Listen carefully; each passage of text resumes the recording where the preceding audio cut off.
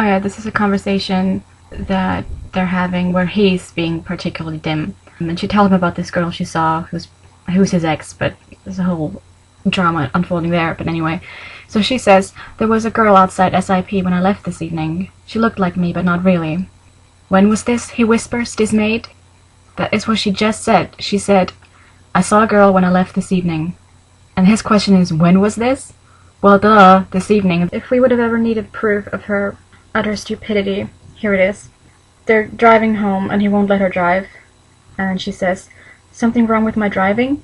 Don't tell me you know what I scored on my driving test. I wouldn't be surprised with your stalking tendencies. Maybe he knows that I just scraped through the written test. I can't begin to describe how easy the American written driving test is. I've taken two, and I realize how that just sounded. I haven't taken two because I failed one. I had to take two in different states, and they're easy. It's common sense, all of it. So basically, she describes Christian as mercurial more than once. Just in this book, she mentions the word 7 times, and it's obviously always to describe him.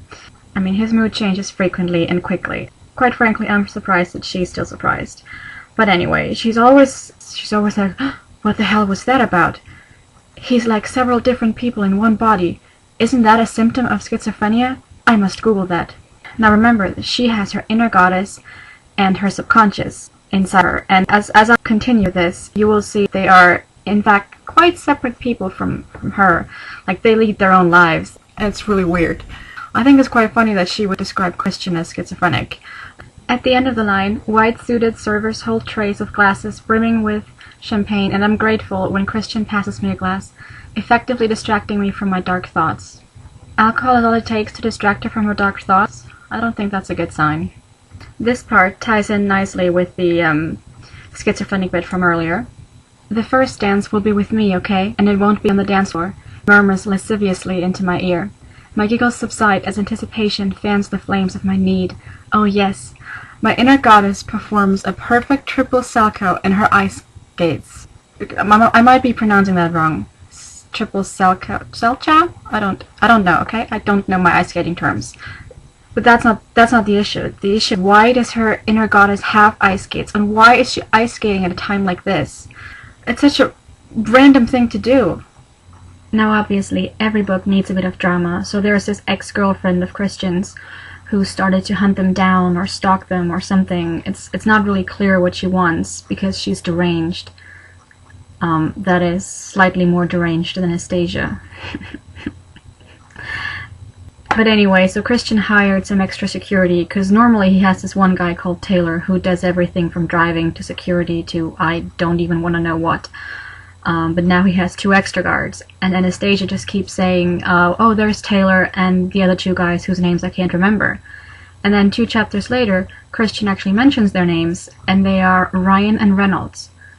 And I'm thinking, what? She can't remember those 2 names? What is wrong with her? Like, that would be like having 2 people called Ben and Barnes, or George and Clooney, or Zac and Efron, or Ashton and Kutcher, or any other 2 names that, you know, when you combine them, are the name of a hot guy. And she can't remember them? Is she a normal American female being? Well, actually, no, she isn't. This beautiful, fucked up man, whom I once thought of as my romantic hero, strong, solitary, mysterious, possesses all these traits, but he's also fragile and alienated, and full of self-loathing. My heart swells with joy, but also pain for his suffering, and I know in this moment that my heart is big enough for both of us. I hope it's big enough for both of us. But she literally just said she knows it's big enough for both of them. She can't go back to hoping.